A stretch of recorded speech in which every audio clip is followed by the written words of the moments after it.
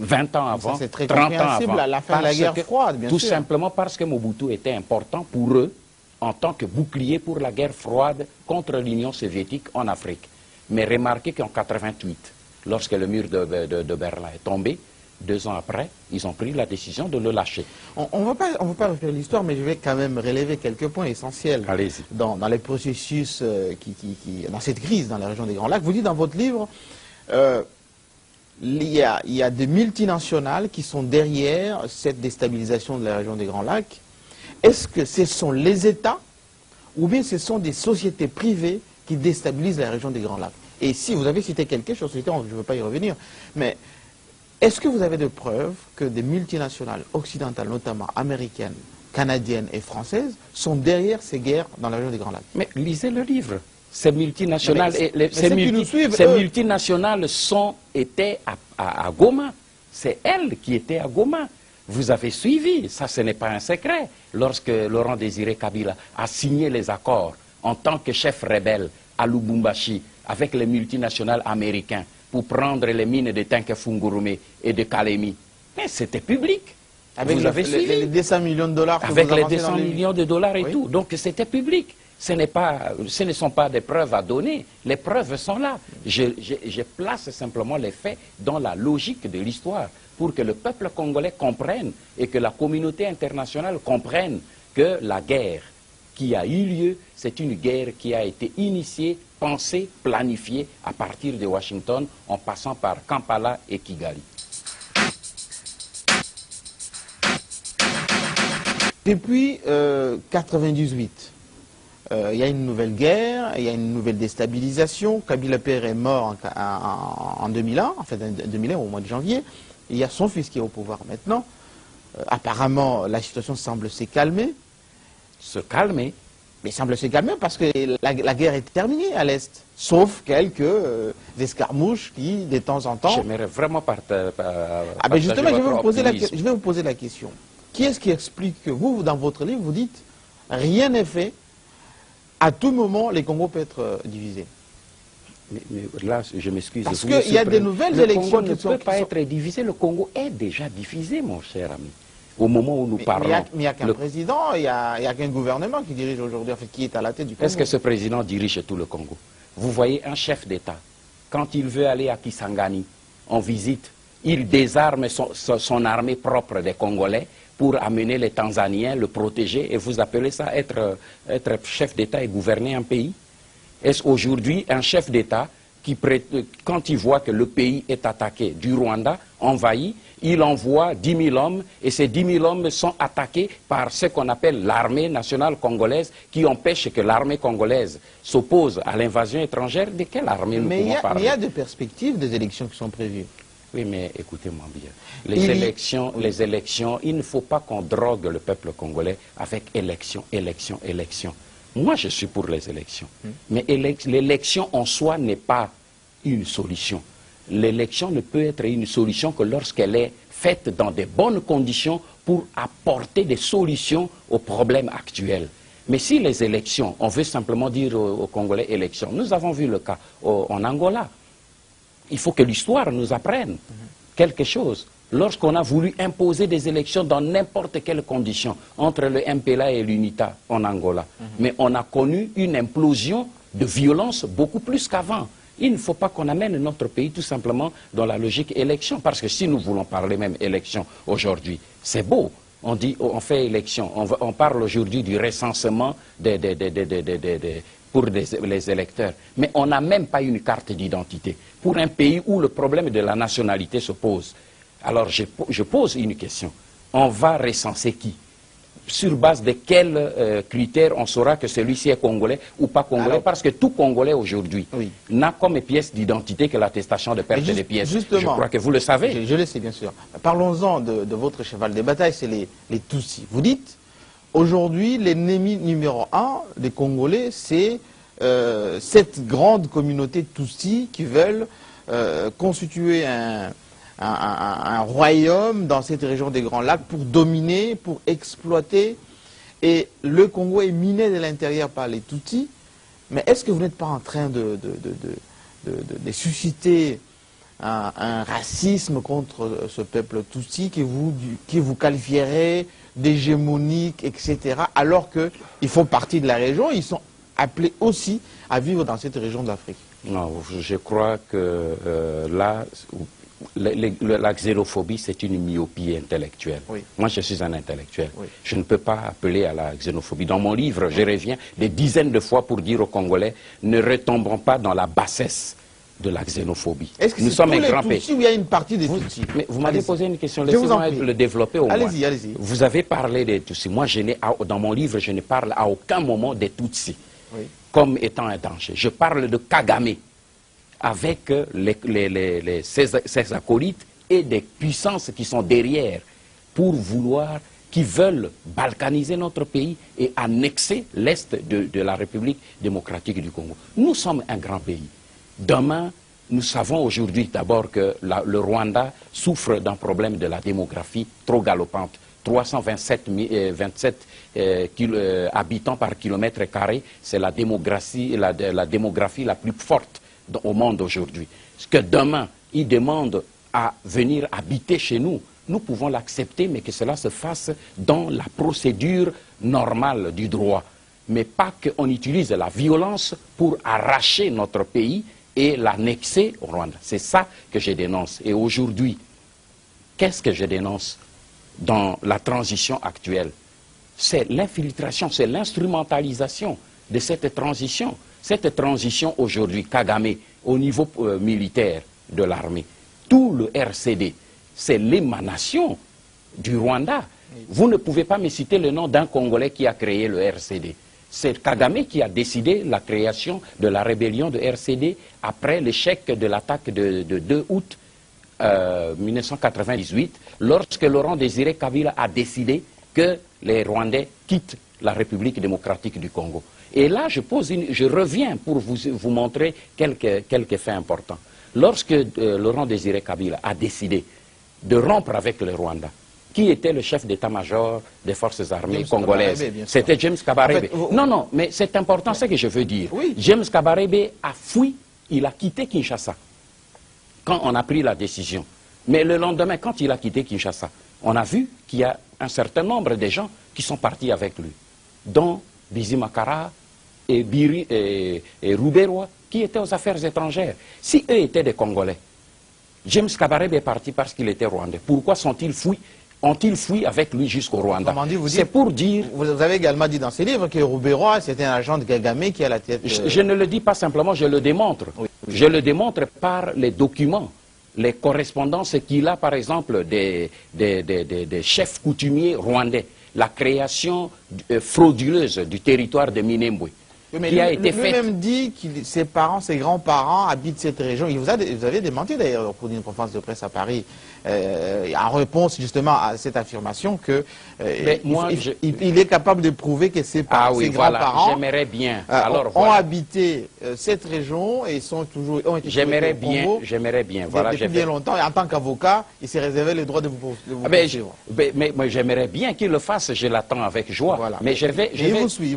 Voilà. Moi, je vais simplement lui dire, devant tous les Congolais, devant la communauté internationale, 5 minutes, que je lui dise quelque chose. Moi, ce n'est pas à moi de prouver que les Banyamulenge étaient chez nous depuis 1800. Mais moi, j'ai fait une enquête. Et je renvoie Rouberoi au même schéma. Nous avons été colonisés par les Belges. Les Belges ont des archives. Moi, je suis allé à la source pour fouiller les archives. J'ai fouillé les archives coloniales depuis l'État indépendant du Congo. Nulle part j'ai vu le nom Banyamulenge. 2. J'ai fouillé les archives du musée royal de Belgique. Là, j'ai trouvé l'encyclopédie 3 tomes, l'encyclopédie du Congo belge. Dans cette encyclopédie, le premier tome de l'encyclopédie, au premier chapitre, on a recensé toutes les ethnies du Congo belge et du Congo indépendant. Sauf le Banyamulenge. Et là, non plus, il n'y a pas de Banyamulenge. Très bien, mais il faut qu'on avance. Oui, mais vous avez posé une question, c'est une question importante. Allez-y, mais très rapidement, parce qu'on a d'autres points. Je vais simplement dire ceci, que le vocable Banyamulenge, ce vocable Banyamulenge, ce n'est pas un vocable congolais. Parce que chez nous, toutes les ethnies ne portent jamais le nom du lieu, mais portent le nom de la langue. Moi, je suis de la tribu Ngbandi, on m'appelle Ngbandi parce que je parle Ngbandi. Un Mongo parle le Kimongo, un Mokongo parle le Kikongo, un Moulouba parle le Moulouba. On ne dit pas qu'il est de Kananga ou de ceci, il est Moulouba parce qu'il parle le Chilouba. Si vous allez dans la région de l'Est, vous verrez que les Nandé parlent le Kinandé, les Barega parlent le Rega, sauf les Banyamulenge. Parce que chez nous, les peuples ne portaient pas le nom des lieux, parce que nous étions des peuples sémi-nomades. On ne portait pas le nom des lieux, mais le nom de la langue. Alors c'est à Rouberois de prouver aux Congolais que les Banyamulenge ont existé chez nous depuis 1800, comme il le dit. Je pense que maintenant que vous l'avez dit, il va pouvoir le dire. Revenons quand même à vous, Honoré Ngwanda. Vous êtes aujourd'hui l'homme qui est à la fois redouté par beaucoup des Congolais de l'Est, notamment les rondophones, parce qu'ils vous traitent d'un extrémiste, l'homme qui attise le feu, etc. Et que vous admirez par rapport à votre pertinence aux choses que vous avancez par rapport à la situation de votre pays. Si le Congo est aujourd'hui entre les griffes du Rwanda, quelles sont les 5 mesures, alors très brièvement, les 5 mesures que vous proposez pour sortir ces pays des griffes des Rwandais qui vous traitez des loups qui sont à la recherche des richesses du Congo et même de son territoire? Vous parlez des 5 mesures comme si vous les connaissiez, mais moi je vais vous parler des miens. Voilà, je parle les faits pour moi, pour sortir le Congo. Parce que le vrai problème aujourd'hui, c'est que le Congo est sous les griffes du Rwanda, de l'Ouganda et de la communauté internationale. Que faire? La première chose, c'est qu'il faut poser le vrai problème. Avons-nous un vrai gouvernement qui peut aujourd'hui résoudre le problème? Vous voulez venir au gouvernement alors? Vous voulez participer Le problème n'est pas de participer. Quel gouvernement? Je ne peux pas. J'ai été sollicité plusieurs fois pour participer à ce gouvernement. Mais je ne l'ai jamais voulu. Alors, donc, depuis Kabila père, oui, que j'ai été sollicité, ce n'est pas le pouvoir qui m'intéresse. C'est d'abord un pays libre, autonome et digne. Donc, il faut un gouvernement réellement congolais. Pas un gouvernement où à l'espace présidentiel ou au niveau des institutions, au Parlement, il y a des Rwandais qui bloquent le processus de la transition du dedans. Il faut une armée réellement nationale, une armée républicaine, c'est-à-dire une armée qui puisse être en mesure de protéger l'intégrité territoriale. Parce que la volonté manifeste de Kagame d'occuper par la force l'est de la République du Zaïre demeure. Parce que Kagame sait que le moment où, au Congo, il y aura la paix et l'intégrité, cela sonnera le glas pour son pouvoir. Troisième point. Troisième point, il faut en ce moment pouvoir fixer les conditions des limites, c'est-à-dire résoudre le problème de la nationalité à l'est du pays particulièrement où le problème se pose. Il faut qu'on résolve définitivement ce problème, sinon nous serons toujours la poubelle du Rwanda lorsqu'il y a des problèmes. Non, je m'arrête là, je n'ai pas 5 mesures. Alors, très bien. Et j'ai dit qu'à partir de cela, nous pouvons alors réellement résoudre nos problèmes endogènes, internes, pour mettre les conditions d'une démocratie valable pour la Deuxième République. Vous connaissez autant de secrets, Honoré Ngwanda. Si vous êtes dans les secrets des dieux, si vous savez un peu tout ce qui se trame sur le Congo, pourquoi vous ne vous mettez pas au service de votre pays? Pourquoi vous ne proposerez pas à Joseph Kabila de lui apporter tous ces savoir-faire que vous avez? Mais qu'est-ce que je fais maintenant? Mais là, vous êtes sur la place internationale, vous parlez depuis Paris, vous êtes effectivement suivi dans le monde entier, oui. Vous êtes à Paris. Pourquoi vous n'allez pas vous installer à Kinshasa aux côtés de Kabila pour travailler avec lui, par exemple? Moi, je ne peux pas le faire pour une simple raison, que ce gouvernement, justement, de Kabila est un gouvernement piégé. Et c'est un gouvernement où les Rwandais sont dedans. C'est un gouvernement qui est téléguidé de Kigali. Les documents que je sors sont là. Donc, je ne peux pas, moi, m'inscrire dans la logique des gens qui, volontairement ou involontairement, se rendent complices de l'ennemi qui occupe aujourd'hui mon pays. Alors quand on dit Honoré Ngwanda roule pour les anciens mobutistes qui souhaiteraient venir au pouvoir, il veut les amener avec eux, les anciens militaires, les anciens unitaires, et tout le monde crie au loup. Non, vous savez... Info ou intox? Non, je crois que c'est l'ignorance. Peut-être d'autres le font par intox parce qu'ils veulent que la situation actuelle continue, mais je crois que c'est par ignorance. Au moment où nous parlons, pour la situation de notre pays, si les Congolais veulent réellement que nous sortions de là, il n'y a pas de Mobutistes, il n'y a pas de Kabilistes, il n'y a pas de Tshisekedistes, il n'y a pas de X ou Y. Il y a le problème des patriotes congolais qui doivent prendre conscience qu'actuellement, nous risquons de perdre définitivement le pays. Et si nous voulons tant soit peu garder la souveraineté de notre pays, nous devons dépasser les petites divisions internes et nous mettre ensemble. Dernière question, Honoré Ngwanda. Vous êtes en France, pour qui vous roulez finalement? Je roule pour le Congo. Ça, il ne faut pas me poser la question. Je roule pour mon pays et pour mon peuple. Je n'ai personne derrière moi. Et parce que les Africains ont ce complexe de croire que pour parler, il faut qu'on vous porte comme un bébé. Moi, j'ai dépassé ce stade. Je crois qu'après, j'ai vu les erreurs que nous avons commises quand nous étions au pouvoir, les erreurs que Mobutu a commises. Et ce n'est pas vous avez présenté votre mea culpa dans ce livre, vous avez demandé pardon à tout le monde. Ce n'est pas un pardon que je demande à tout le monde, c'est la reconnaissance des erreurs que nous avons commises et que je pense qu'aujourd'hui, nous pouvons rebondir sur ces erreurs pour notre pays. Ce n'est pas aujourd'hui de rouler pour la France. Ce que je dénonce justement, c'est que les Africains, les Congolais, se mettent chaque fois à la disposition des puissances pour pouvoir avoir le pouvoir au pays et faire servir plus de puissance que le peuple congolais. Vous êtes un homme riche, Honoré Ngwanda. Oh, si je l'étais, vous le sauriez. Vous vivez de quoi aujourd'hui? Depuis mes activités. Presque 8 ans, vous travaillez. Oui, mais j'ai vu de mes activités. Je suis un homme, j'ai étudié, j'ai fait des affaires. Ça, c'est normal, c'est la moindre des choses.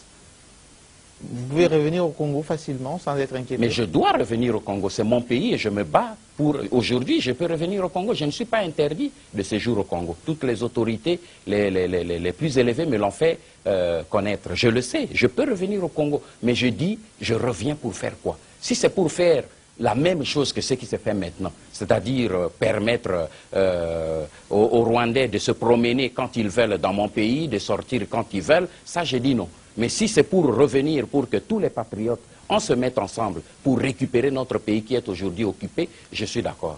Merci Honoré Ngwanda. En tout cas, c'était un entretien qui sera suivi avec beaucoup d'attention. On vous remercie en tout cas de nous avoir suivis et on espère que vous avez trouvé quelques éléments par rapport à la résolution, peut-être, de la crise qui prévaut dans la région des Grands Lacs. À très bientôt.